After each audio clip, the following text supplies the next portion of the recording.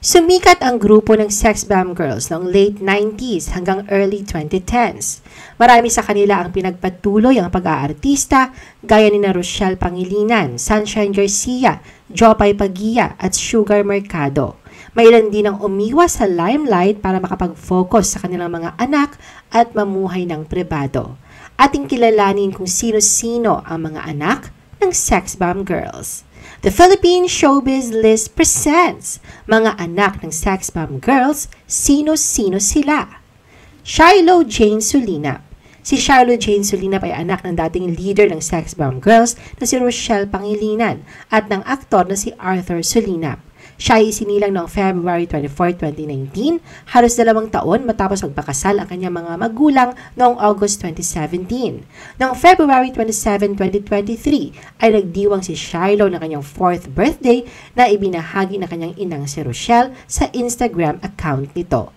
Makikita sa mga larawan ang cute na si Shiloh suot ang kanyang yellow dress habang katabi ang kanyang unicorn-themed cake. Isang sweet na birthday message ang inihanda ni Rochelle para sa birthday ni Shiloh, kung saan ipinahayag niya ang kanyang pagmamahal kay Shiloh. Binalikan na rin ni Rochelle ang ilang sweet moments nila ni Shiloh. Noong 2023, ay nagbigay ng ngiti sa mga mukha ng mga netizens si Shiloh. Ito ay matapos magbahagi si Rochelle ng video ni Shiloh na nagpapakita ng kanyang adorable moves sa set ng Pipito Manaloto. Makikita sa video ang cute na pagsasayaw niya sa Dance the Night ni Dua Lipa habang nakadamit bilang Maria Clara. Higit pa rito, nakitang naaliw sa performance ni Shiloh ang Pipito Manaloto stars na sina Michael V, John Fair at Arthur. Sa ilang bahagi sa video, makikita ring sumasayaw ang lead star ng sitcom na si Bitoy. Isabel Alessa Pagia Zamora.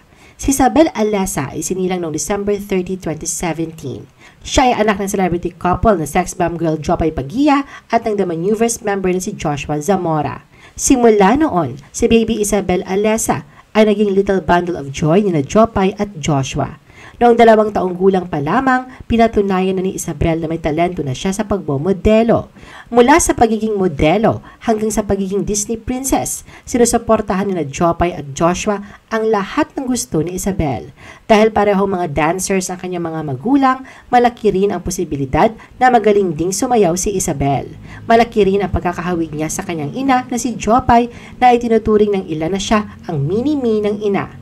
Sa loob ng 3 taon, isa si Isabel sa pinakamalaking biyaya sa buhay ni na Jopay at Joshua hanggang sa isilang ang pangalawang anak na mag-asawa na si Isabela Ariana. Isabela Ariana Pagia Zamora. Si Isabela Ariana Pagia Zamora ay isinilang noong May 2, 2021. Sa Instagram, ibinahagi ni Jopay ang mga larawan ng kanyang bagong silang na anak na babae na nagngangalang Ariana. Sa kabila ng pandemya, matagumpay at ligtas na ipanganak ni Jopay si Isabela Ariana sa ospital. 3 araw ipinanganak si Baby Ariana at tila excited ang kanilang panganay na si Alessa na i-welcome ang kanyang younger sister.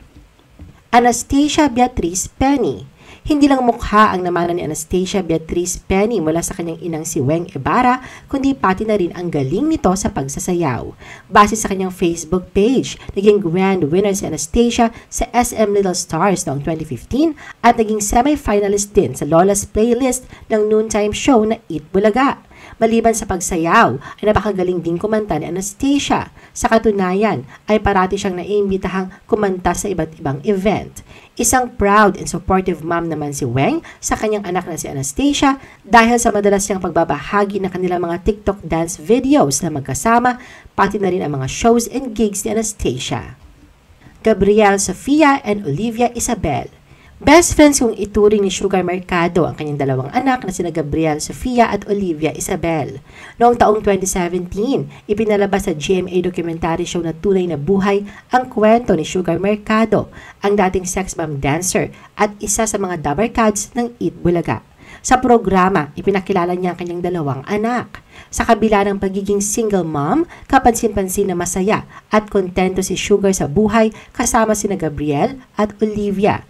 Hilig ng magkapatid ang pagta-travel na todo suporta naman ang kanilang ina na si Sugar. Maliban sa pagta-travel, masayang-masaya din ang magkapatid tuwing sila ay nagsiswimming. Game na game rin sa pagsusuot ng matching outfits sina Gabriel at Olivia, pati na rin si Sugar. Sumabay din sina Gabriel at Olivia sa pagkuha ng mga mirror selfies kasama ang kanilang mommy. Ang pagbabasa ng mga Bible stories, ang intimate mother and daughter bonding moment ni Gabriel at Olivia kasama si Sugar. Parehong sweet din ang magkapatid sa isa't isa at gayon din sa kanilang mommy Sugar. Axel and Alexander. Sina Axel at Alexander ay anak nila Sunshine Garcia at ng singer, actor, and politician na si Alex Castro. Si Axel ay isinilang noong September 2018. Noong July 3, 2023, naglabas ng sentimiento si Sunshine patungkol sa anak na si Axel na ibinahagi niya sa isang Instagram post. Sa larawan makikita ang collage photos ng kanyang mag-amang Alex at Axel, kalakip ang caption na 9 months kong dinala pero hindi ako ang kamukha, okay lang sa akin naman ang kulit. Nalilikipan niya ng face with tears of joy emojis. Si Alexander naman ay isinilang noong November 2021. Noong December 2022 ay nagkaroon ng traumatic experience ang pamilya ni Sunshine nang maospital ang 1-year-old na si Alexander dahil sa sakit na urinary tract infection. Pagbabahagi pa ni Sunshine, isinugod nila si Alexander sa ospital matapos makaranas ng mga sintomas. Mabuti na lang daw at naagapan ito ng mga medical staffs hanggang sa maging stable na ang kalagayan nito. Yana, Zoe, and Shekinah Aragon. Sina Yana, Zoe at Shekinah Aragon ay mga anak ni Izzy Trazona sa asawang si Alvin Aragon na dating aktor at former starstruck Avenger. Andre Trazona. Si Andre Trazona ay ang panganay na anak ni Izzy Trazona sa ex-partner nitong si Michael Arapelis, ang founder ng dance group Philippine Island Assassins. May 3 siyang kapatid na babae sa stepfather niyang si Alvin Aragon. Siya ay isinilang noong January 16, 2002. Si Andre ay isang singer at TikTok star na miyembro ng boy group na Beyond Zero. Sumikat siya sa TikTok kung saan nakaipon siya ng higit sa 3.4 million followers at 101.4 million likes para sa kanyang mga choreographed na lip-sync videos. Nagpo-post din siya ng mga video kung saan nakikipag-usap siya sa kanyang audience. Sa isang introductory video na na-upload noong July 6, 2023, nag-open up ang 21-year-old na performer tungkol sa kanyang newfound fame bilang isang drag queen at kung ano ang ibig sabihin ng pagiging anak ng isang miyembro ng most prominent girl group sa bansa. Ipinakilala niya ang sarili bilang si Sofia, the sex bomb legacy. Nang tanungin ko ano ba ang reaksyon ng inang si Izzy sa kanyang pagiging drag artist, sinabi ni Andre na supportive ito sa kanyang craft at nakikita rin daw siya nitong bumibili ng mga gamit pang drag. Dagdag pa ni Andre na walang panghuhusga sa kahit na anong pagpapasexy niya ang natanggap niya mula sa kanyang inang si Izzy. Anya, super support ito sa kanya. Ngunit, kamakailan lang ay naging hot topic online ang concerned reaction ng kanyang ina na si Izzy sa pagdadrag ni Andre. Sa isang mahabang post sa Instagram noong September 11, 2023, ipinalabas ni Izzy ang kanyang damdamin para kay Andre at ang kanyang mga alalahanin para sa kapakanan nito.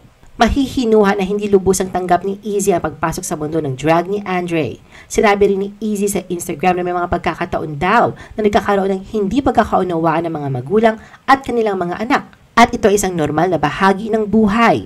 Alam daw ni Izzy na may nararamdamang sakit ang magkabilang panig. May kanya-kanyang dahilan din daw ang mga ito sa kanilang ipinaglalaban.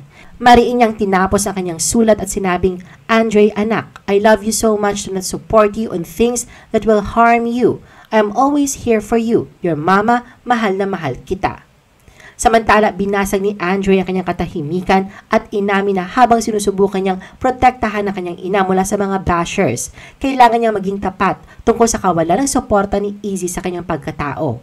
Sinabi ni Andre na nagsinungaling siya sa nakaraang interview niya noong sinabi niyang suportado siya ng ina sa kanyang pagdadrag at maging sa pagkatao niya. Gusto lang naman daw niyang protektahan ng ina, ngunit wala nang silbi ito dahil lumabas na ang katotohanan na mula mismo sa mga bibig ng kanyang ina. Mensahe pa ni Andre para sa inang si Izzy. Mahal na mahal daw niya ito pero hindi na makakabuti sa kanya mga nangyayari.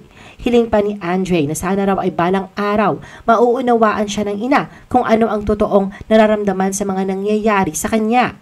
Inihayag rin ni Andre na miss na niya ang ina pero hindi naman daw ito nagbibigay sa kanya ng comfort and compassion na deserve niya. Sa isang hiwalay na Facebook post, sinabi ni Andre na It's like saying I love you because you're my son, but I don't accept you for who you are. Hindi man niya direktang binanggit, matutukoy na ang inang si Easy ang kanyang tinutukoy sa makahulugan niyang Facebook post.